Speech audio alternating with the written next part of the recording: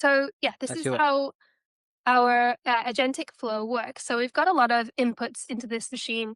As you guys know, you need to give the AI relevant context so that it can actually do things properly. And that context that we put into this particular part of the machine is, transcripts, app reviews, Zendesk tickets, any synthesis or experiments we've done in the past. We put in some product input. So what our beliefs are, what our pedagogy is, particularly for Memrise, our current hypotheses about what will help us grow, any constraints we have, product decisions, data. We've got this hooked into Athena and BigQuery and Zendesk. It's hooked into basically all the data inputs as we possibly can. And it also helps us with our work streams. So if you start chatting with the AI and you have a concept for an experiment, or if you want to iterate on experiments, it'll actually do the whole flow from Slack all the way to Asana and then push that ready to the build machine, which is a whole different ball game. Whenever I've been working with agents, is that if you're working off old context, it will always go wrong. The AI will just go on random rabbit hunts and you're spending a lot of tokens for no reason. Um, always using the cheapest, most efficient model. You can make massive agentic flows. And if you don't hone in on the models and model routing, you're going to just spiral out of control really quickly. Single bounded slices, this is more of the build side.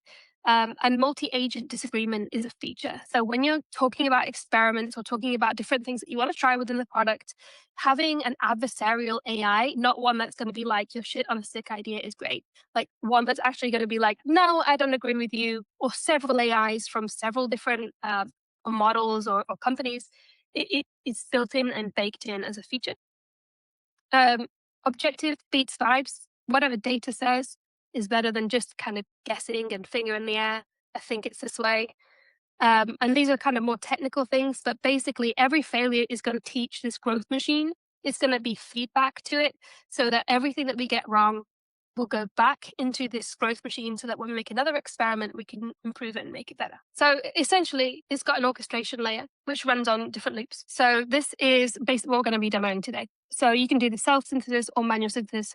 It's got so much context in its backpack that you can ask a product question, find an opportunity. If there's something wrong in the product logs, some user feedback, a bug, whatever you want to focus on, you can go and ask this BYOB, bring your own Bobby. And what it will do is it'll give you the relevant context bundle. Like, yeah, a user was having this, 200 users were having this.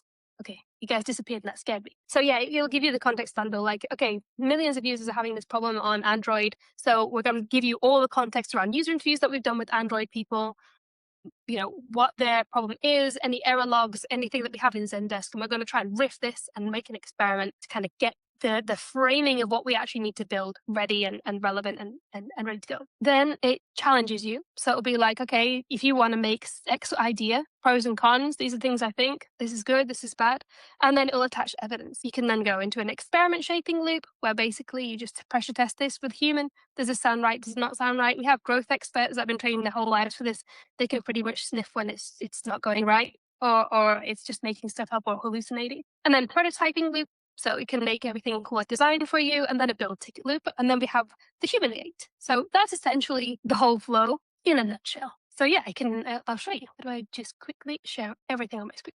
Let me go to entire screen. Oh, so like I said, it's just Slack. It's just Slack, baby. There's nothing more to it here. And how we interact with it, yeah, you could just go like, hey, I'm going to just use Whisperflow. So, hey, what's one change you'd make to our onboarding that fits one of our jobs to be done? Like just a quick example.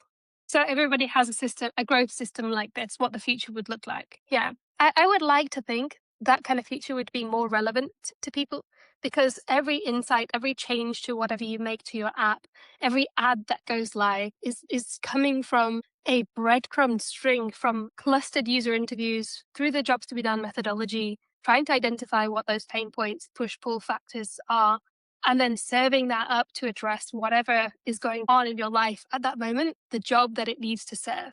I feel like before a lot of the time, there would be a lot of people building features to build features, kind of finger in the air. Hopefully, this would become a lot more relevant, especially when people are building whatever they're building or iterating on their current products. So, yeah, I think that it would just be more relevant.